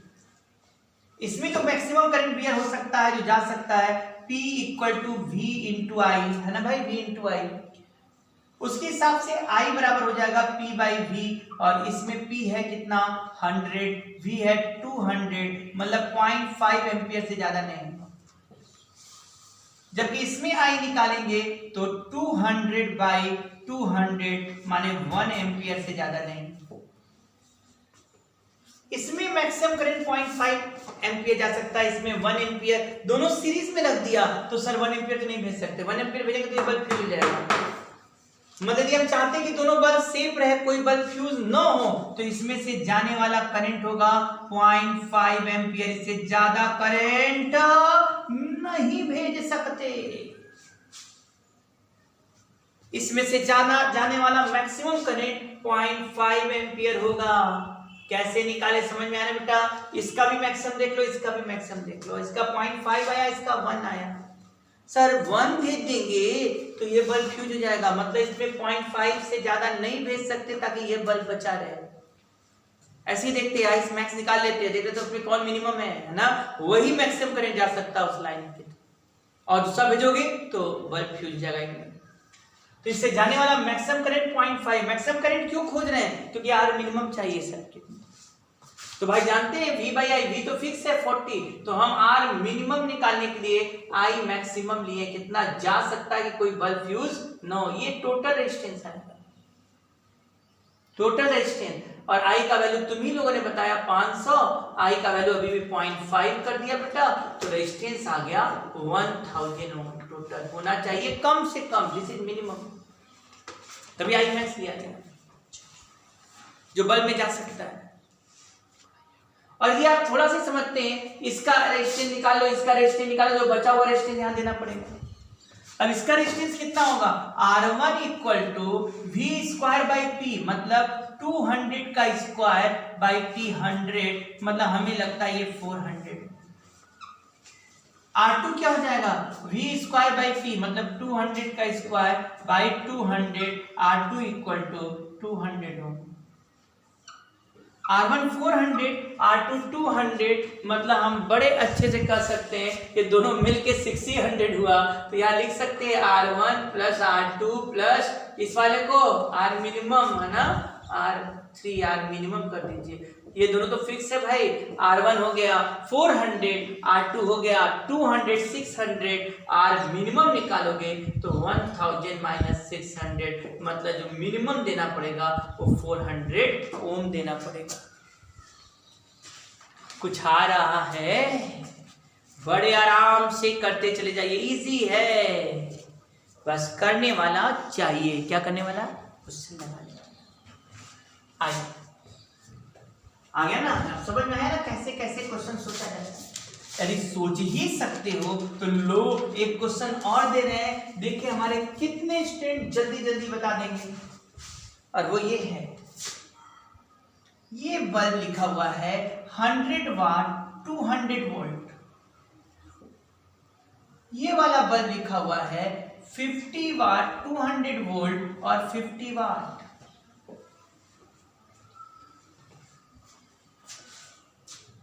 और तीसरा वाला बल्ब लिखा हुआ है 200 वोल्ट और 200 वाट, 200 वोल्ट और 200 वाट लिखा हुआ है। क्वेश्चन ये है, क्या V मैक्स दिया जाए कि कोई बल्ब फ्यूज ना हो, क्या मैक्सिमम वोल्टेज दिया जाए कि no bulb will fuse here, what is the maximum value of voltage for which no bulb will fuse, what is the maximum value of voltage for which no bulb will fuse।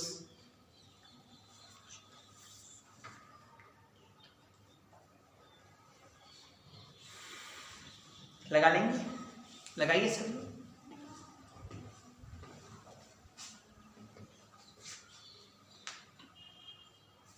लग गया होगा सबका।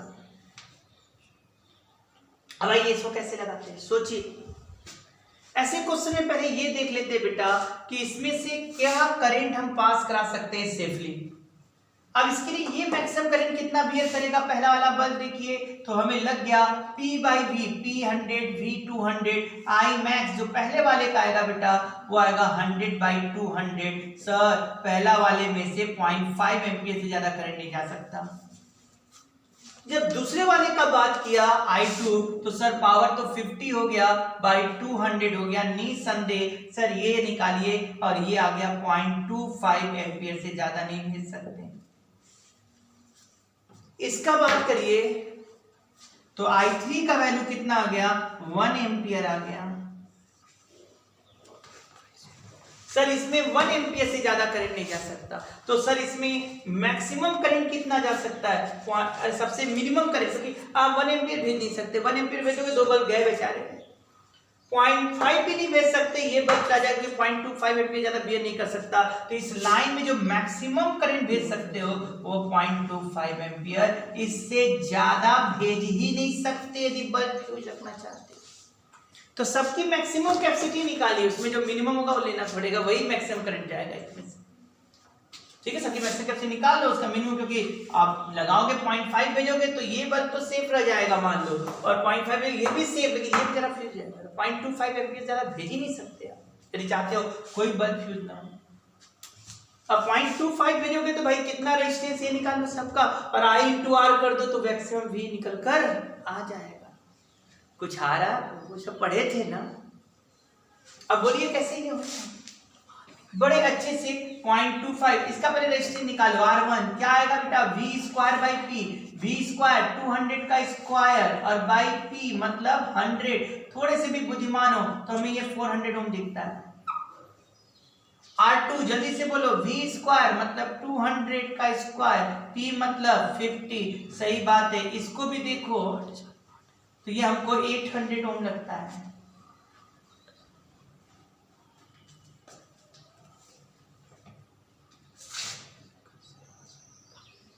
ठीक है ना, तो ये 200 हो गया, ये 200 हो जाएगा, ये गया इधर 4, ये 200 इंटू 4 800 ओम। R3 की बात करें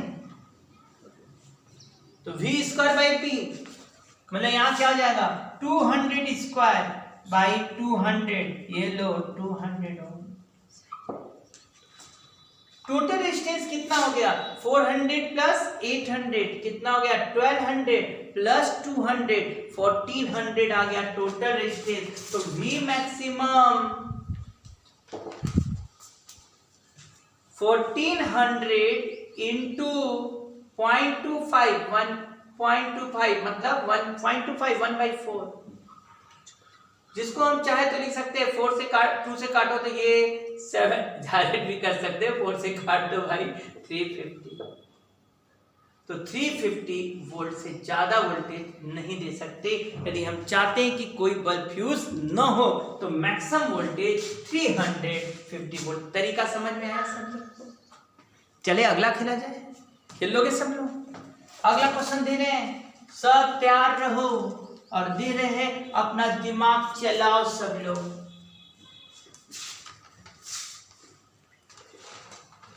देखो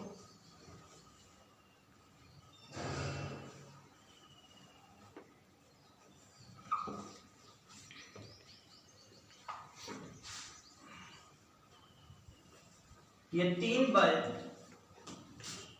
ठीक है, चलो ऐसा ही 3 बल्ब यहां भी बना देते हैं तुम लोग के कहने पर।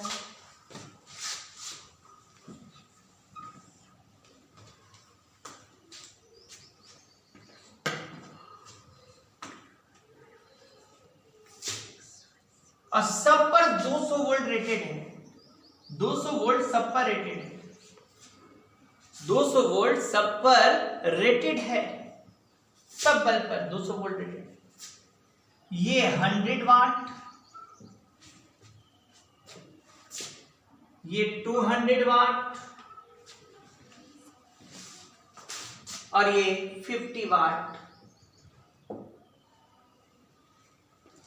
यहां पर 100 वाट, 100 वाट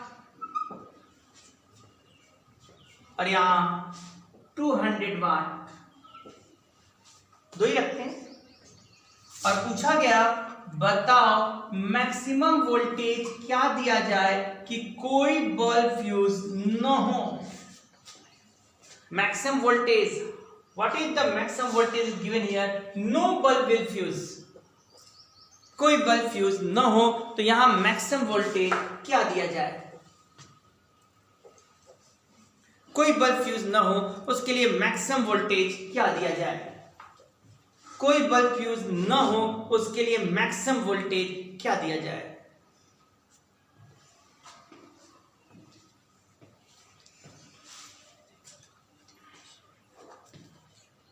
लगा लेंगे सब लोग। कैसे करेंगे इस क्वेश्चन को बेटा हम लोग? देखो ध्यान से, Vmax की बात करते हैं 100 वाट 200 वाट 50 वाट 200 100 वाट दिया गया। कैसे करेंगे आइए सब लोग पॉज करके सब लोग कर लें, है ना, फिर उसके बाद प्ले कर लेंगे। देखिए इसमें क्या हुआ, इसका रेजिस्टेंस देख लीजिए, पहले देख लीजिए कि इस लाइन में मैक्सिमम वोल्टेज कितना बियर कर सकता है और इस लाइन का मैक्सिमम वोल्टेज कितना बियर कर सकता है, दोनों का निकालना हो। पहले इस लाइन का देखो अलग से, आप देख रहे हो, आप देख चुके हो 200 वोल्ट सब पर है, तो P बाई वी 100/200, इसमें 0.5 एम्पियर करंट जाएगा, जा सकता है मैक्सिमम, इसमें 1 एम्पियर और इसमें 50/200 मतलब 0.25, मतलब इस लाइन में 0.25 एम्पियर से ज्यादा करंट नहीं जा सकता है। यदि 0.25 एम्पियर करंट जाए, 0.25 एम्पियर करंट जाए, जिसको 1/4 लिख सकते हैं, तो वोल्टेज कितना आएगा? तो ये रेजिस्टेंस याद होगा 100 वाट है, तो आप निकाल लेना R1 बराबर V स्क्वायर बाई P। इससे पहले निकाला है हमने, R1 बराबर क्या था? तो V स्क्वायर मतलब 200 स्क्वायर बाई P मतलब 100, देख लो ये 400 आएगा। इसमें V स्क्वायर बाई P करो, 200 का स्क्वायर बाई 200, ये आएगा 200 प्लस इसमें करोगे, हाँ भाई 200 का स्क्वायर बाई 50 और ये देखना 800 और ये 350 वोल्ट आएगा मैक्सिमम वोल्टेज। इसका 350 आ गया। अब इस लाइन का देखा जाए सर, इसमें मैक्सिमम करंट 100 वाट और 200 वाट है, तो P बाई वी, P कितना हो गया 100, P बाई वी 0.5 एम्पियर और यहां देखा जाए तो 1 एम्पियर। तो इस लाइन में 0.5 एम्पियर तक मैक्सिमम करंट जा सकता है। 0.5 एम्पियर गया। इस लाइन का सेफ वोल्टेज 350 वोल्ट, इससे ज्यादा नहीं दे सकते। और ऊपर वाले के लिए निकाले तो पहले मिनिमम करंट देखो ऊपर वाले लाइन के लिए, तो 1 एम्पियर से ज्यादा करंट नहीं जा सकता। हाँ, इसका जब आज आप वी स्क्वायर बाई पी करेंगे 100 रखकर तो 400 आएगा। वी स्क्वायर 200 का स्क्वायर बाई 100, तो ये हो जाएगा 400 प्लस 400 और प्लस 200 इनटू कितना हो गया बेटा, ये कितना करंट जा सकता है 0.5। ये बोलो कितना आया 448 प्लस 2 1000 इंटू 0.5 500 वोल्ट। मतलब ये लाइन मैक्सिमम कितना बियर सकता है 500 वोल्ट। ये कितना बियर कर सकता है 350 वोल्ट। अब बताओ कितना लगाए यहाँ की, ये जो दो वोल्टेज दोगे दोनों पर लगेगा। यदि यहाँ 500 वोल्ट देंगे तो इसमें बल्ब कोई ना कोई फ्यूज जाएगा, क्योंकि ये 350 वोल्ट से ज्यादा बियर ही नहीं कर सकता। तो इसलिए इसमें जितने भी लाइन बना दिए जाए सब लाइन का अलग अलग पहले मैक्सिमम वोल्टेज निकाल लो, कौन कितना बियर कर सकता है, उसमें जो मिनिमम वैल्यू आएगा वही देना। जैसे 350 और 500 आया, अब यहाँ मत कर देना 500 सर, 500 देंगे तो ये बल्ब खत्म इसमें से, क्योंकि 350 ज्यादा बियर ही नहीं कर सकता। यहाँ जो भी वोल्टेज दोगे सबको मिलेगा, इसलिए यहाँ मैक्सिमम वोल्टेज जो दे सकते हो वो कितना दे सकते हो 350 वोल्ट, ताकि कोई बल्ब फ्यूज न। तो ये सब थोड़े इंटरेस्टिंग क्वेश्चन है जिनको आप लोग समझ के लगाएंगे। अच्छा, अब थोड़ा बल्ब के ब्राइटनेस पर खेल खेल लिया और फिर आप लोग अच्छे से हमें एक एक चीज बताते चले जाएंगे। हम बल्ब के ब्राइटनेस से कुछ खेलना चाहते हैं।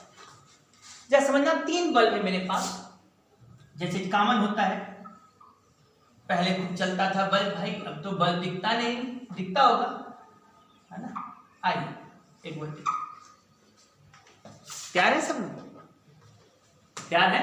चलिए, इस पर लिखा है 60 वाट और इस पर लिखा है 100 वाट और इस पर लिखा है 200 वाट।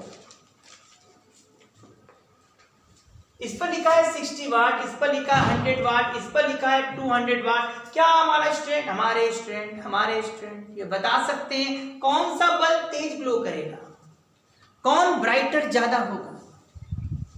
यहां पर 60 वाट, 100 वाट, 200 वाट लिखा है, बताओ कौन ब्राइटर ज्यादा होगा। सोचो, पॉज करके सोचो और फिर मेरी बात सुनो, प्ले कर लेना, उसके बाद सोच लो, सोचो पॉज करके और फिर उसका प्ले कर लेना जब मेरी बात सुनो। आ रहा है आप लोगों को ना, मजेदार है। चलिए खेल पर फिर लौटिए। ऐसे सोचिए ना बेटा कि तीनों में क्या चीज सेम जाएगा सर, तीनों में करंट सेम जाएगा और सबका रेजिस्टेंस अलग है। जिसका पावर ज्यादा, समझ जाना, वो उसका ग्लो ज्यादा। कभी कभी भी पूछता है ब्राइटनेस का रेशियो बताओ, तो जब ब्राइटनेस का रेशियो पूछे ना समझना वो पावर का रेशियो पूछ रहा है। किसका रेशियो? पावर का रेशियो पूछ रहा है। कई बार पूछेगा बताओ ब्राइटनेस का रेशियो क्या होगा, तो समझना वो पावर का रेशियो पूछ रहा है। तुम ही खुद बोलो आई सेम हो गया तो पावर क्या होगा आई स्क्वायर R1, उसमें आई स्क्वायर R2, उसमें आई स्क्वायर R3। तो जिसका रेजिस्टेंस ज्यादा उसका पावर ज्यादा आ रहा है, उसका पावर, जिसका पावर ज्यादा उसका रेजिस्टेंस कम। कहां को याद नहीं है रेटेड वाला कंडीशन, क्योंकि रेटेड तो सब पर एक ही है 200 वोल्ट या 220 वोल्ट लिखा है, 220 वोल्ट सब पर लिखा है। तो आप रेजिस्टेंस क्या लिख सकते हो R बराबर, R होता था V स्क्वायर बाई पी। भूल गए क्या, रेटेड वोल्टेज और ये रेटेड पावर था। तो सर रेटेड वोल्टेज तो सेम रहता है, तो जिसका पावर ज्यादा उसका रेजिस्टेंस कम। तो इसका सबसे कम रेजिस्टेंस किसका है 200 वाट बल्ब का। 200 वाट बल्ब का रेजिस्टेंस सबसे कम है, तो इसका पावर सबसे कम, इसका ब्राइटनेस सबसे कम होगा, जबकि इसका ब्राइटनेस सबसे ज्यादा होगा। गजब का बात, सीरीज में रखे हो ना। लेकिन हाँ, कोई अपने पावर से नहीं ग्लो कर पाएगा, कि पावर से ग्लो नहीं कर पाएगा ना भाई, क्योंकि या समझ रहे होंगे ना, सबको वोल्टेज बढ़ जाए, भी वोल्टेज यहाँ दोगे वो बढ़ जाए। तो आप ये कर सकते हो, इसमें सबसे यदि तीनों रखे हो तो सबसे ज्यादा ब्राइट ये, क्योंकि इसका रेजिस्टेंस ज्यादा, पावर कम है, इसमें रेटेड पावर कम, तो इसका रेटेड पावर कम तो रेजिस्टेंस ज्यादा, इसका रेजिस्टेंस ज्यादा, तो सीरीज में 3 बल्ब को आप जोड़ दोगे तो जो बल्ब, सुन रहे हो ना, सीरीज में 3 बल्ब को जोड़ देंगे तो इस समय कम पावर वाले का ब्राइटनेस ज्यादा दिखेगा और ज्यादा वाले का ब्राइटनेस कम दिखेगा। वही यदि इन तीनों को हम पैरेलल रखते हैं,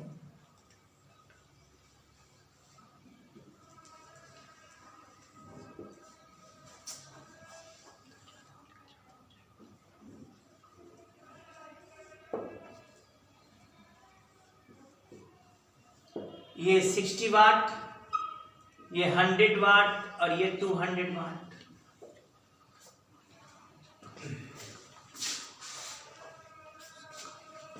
भी दे दिया। अब बताओ कौन तेज ग्लो करेगा? निसंदेह अब इस बार तीनों में भी सेम होगा, अप्लाई भी सेम होगा। और यदि हमें करंट निकालना हो तो P बराबर I स्क्वायर R होता है भाई, लेकिन I बराबर सबका V सेम, तो V बाई R रखेंगे, है ना, और V बाई R करेंगे तो V स्क्वायर बाई R। ध्यान दीजिएगा, ये रेटेड पावर नहीं है, ये ग्लो वाला पावर है, तो ये वोल्टेज भी क्या होगा, जो अप्लाई किया वो वोल्टेज है ना, 220 मत लिख दीजिएगा सबका, वो हम लोग बेटा निकालते हैं जब रेजिस्टेंस निकालना था तब पावर रेटेड वोल्टेज से वो रेजिस्टेंस निकालते हैं। तो हमें पता है कि सबसे ज्यादा रेजिस्टेंस इसका है और सबसे कम रेजिस्टेंस इसका है। हाँ, इस बार देखो V सेम है, तो जिसका रेजिस्टेंस कम उसका पावर ज्यादा। कौन तेज ग्लो करेगा? 200 वाट वाला तेज ग्लो करेगा, 200 वाट वाला तेज ग्लो करेगा और 60 वाट वाले का ब्राइटनेस कम होगा। सबसे ज्यादा ब्राइटनेस 200, फिर 100 और यहाँ 60। अच्छा, यहां भी वोल्टेज भी दिया, यहां भी वोल्टेज भी दिया। इन तीनों में 60 वाट वाला तेज ग्लो कर रहा था और इन तीनों में 60 वाट वाला कम ग्लो करेगा। इन तीनों के कंपेयर में ये 200 वाट। तो यदि हम इन दोनों का कंपेयर करेंगे, अब पूछे बताओ यहां वाला 60 वाट तेज ग्लो करेगा कि यहां वाला 60 वाट तेज ग्लो करेगा? बताओ। इन तीनों के कंपेयर में ये जरूर तेज ग्लो कर रहा था, इन तीनों के कंपेयर में ये जरूर डिम था। लेकिन ध्यान दीजिए, जब इन दोनों का कंपेयर होगा तो यहां V वोल्टेज 3 लोगों में बटा,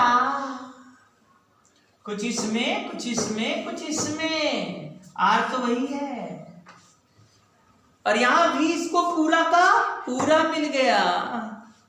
तो यहां वोल्टेज ज्यादा मिल रहा है, यहां वोल्टेज के पास कम मिल रहा है V से, तो इसमें पावर कम। मतलब किसके कम? इन तीनों में ये तेज ग्लो करेगा। लेकिन इन दोनों की लड़ाई होगा, इन दोनों का लड़ाई होगा, इसका पावर ज्यादा और इसका पावर कम है, इसीलिए सीरीज में कनेक्शन नहीं जोड़ते। सीरीज में वोल्टेज बढ़ जाता है, इसलिए घरों में सीरीज में नहीं, क्या करते हैं पैरेलल। ऐसे मत कर देना कहीं जोड़ते समय, सर सब जोड़ना है सर, यहाँ पर हमारा पंखा भी है, यहाँ बल्ब भी है, वहां भी बल्ब है। अब पंखा का तार निकाल के बल्ब में, फिर बल्ब से ले जाके उधर दूसरे वाले बल्ब, सब सीरीज में जोड़ दो, कितना आसान रहेगा, कम तार लगेगा। जब चलाओगे देखोगे पंखा धीमे धीमे टहल रहा है, बल्ब डीम हो गया। सीरीज में नहीं, पैरेलल। इसीलिए सभी कनेक्शन पैरेलल किए जाते हैं। कभी आप झालर जानते हो? झालर आप लोग जानते होंगे। अरे जो बल्ब होता है छोटा छोटा सजाया जाता है ना, ट्यूनिंग सेट, जो भी तुम लोग बोलते हो, पता नहीं जो बोलते हो भाई, तो उसको जब आप सजाते हो तो उसमें आप क्या करते हो, जैसे नहीं 50 का बनता है वो छोटा छोटा झालर। अब क्या 50 जो है, अब दूसरा वाला 50 उसी सीरीज में जोड़ते चले जाओगे, सजा दोगे ना तो एकदम लाइट डीम हो जाएगा। लाइट क्या हो जाएगा? एकदम धीमा हो जाएगा।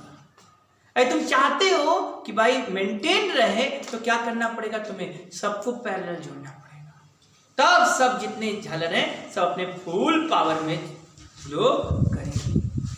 क्या हमारे स्टूडेंटों को कुछ भी समझ में आया? हाँ, अब तो थोड़ा थोड़ा चीजें क्लियर हो रही होंगी, क्या चीजें हैं ना। तो ब्राइटनेस काफी पूछता है, जब भी ब्राइटनेस का रेशियो से पूछे तो समझना होगा तुमसे I स्क्वायर R का रेशियो पूछना चाहता है। अच्छा, एक क्वेश्चन और बड़ा फेमस है, बहुत से बुक में वो घुमा घुमा के दिया, तो हमारा भी मन किया कि हम आप लोगों से पूछ ही ले। कहा 3 identical bulbs A B C are shown, तीनों एक ही तरह के बल्ब हैं, आइडेंटिकल है बल्ब। यहां स्विच लगा दो भाई,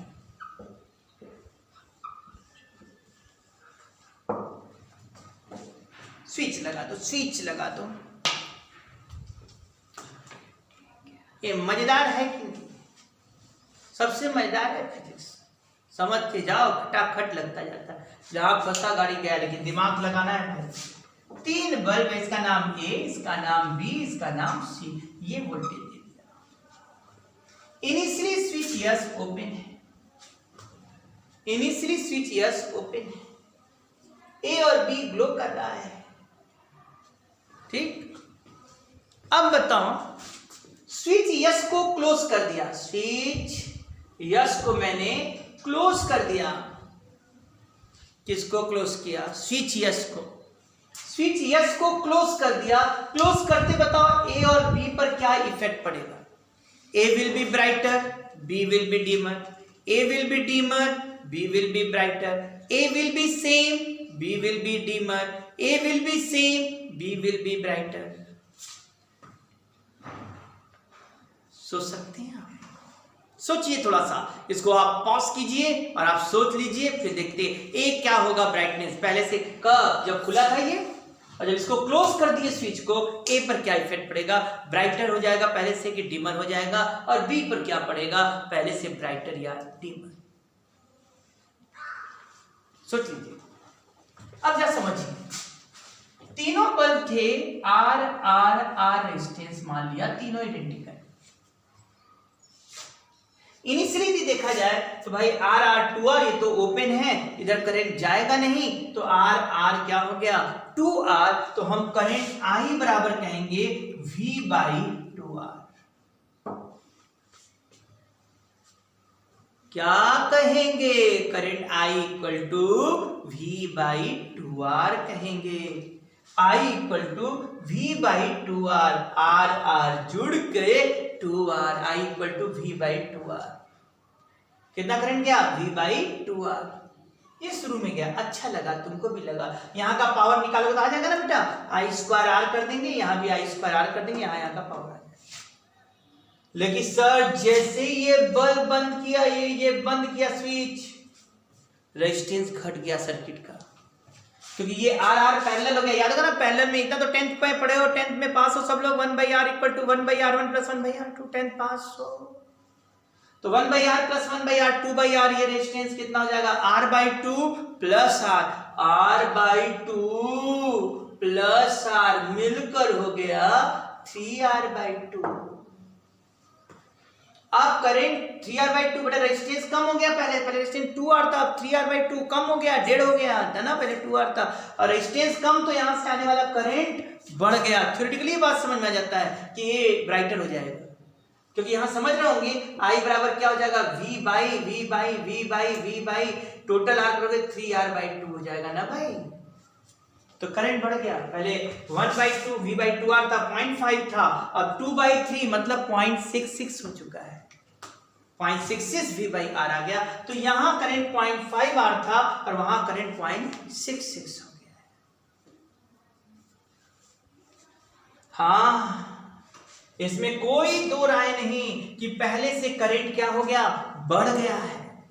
क्यों करंट बढ़ा? जैसे ही इसको जोड़ा, यहाँ का रेजिस्टेंस कम, यहाँ का R/2 हो गया, रेजिस्टेंस कम तो करंट ज्यादा, करंट ज्यादा तो सर ये बल्ब का ब्राइटनेस बढ़ जाएगा, ये ब्राइटर हो जाएगा।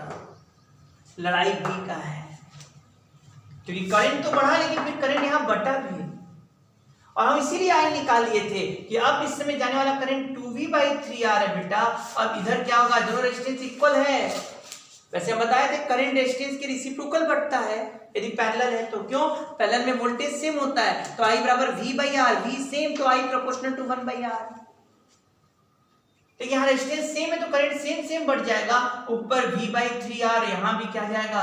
V/3R। तुम ही बोलो, यहाँ पहले करंट जा रहा था V/2R, जब ये खुला था तो रेजिस्टेंस R 2R, करंट दोनों में V/2R जा रहा था, यहाँ पहले V/2R जा रहा था, अब V/3R। क्या पहले से कम करंट गया कि नहीं?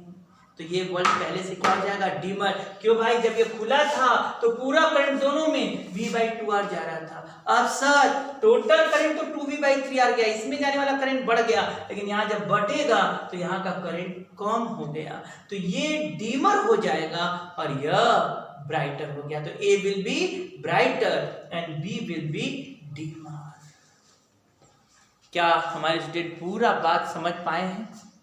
बोलिए सब लोग। तो ये हम लोगों ने बात करते करते कौन सा कंसेप्ट खत्म कर दिया बेटा? बात करते करते बल्ब का भी कंसेप्ट पूरा दे दिया है। कौन सा कंसेप्ट दे दिया बेटा? बल्ब का भी कंसेप्ट आप लोग को दे दिया है। अब आप लोग इसके क्वेश्चंस लगाएं, जहां फंसे वहां हमसे डिस्कशन आप लोग कर सकते हैं।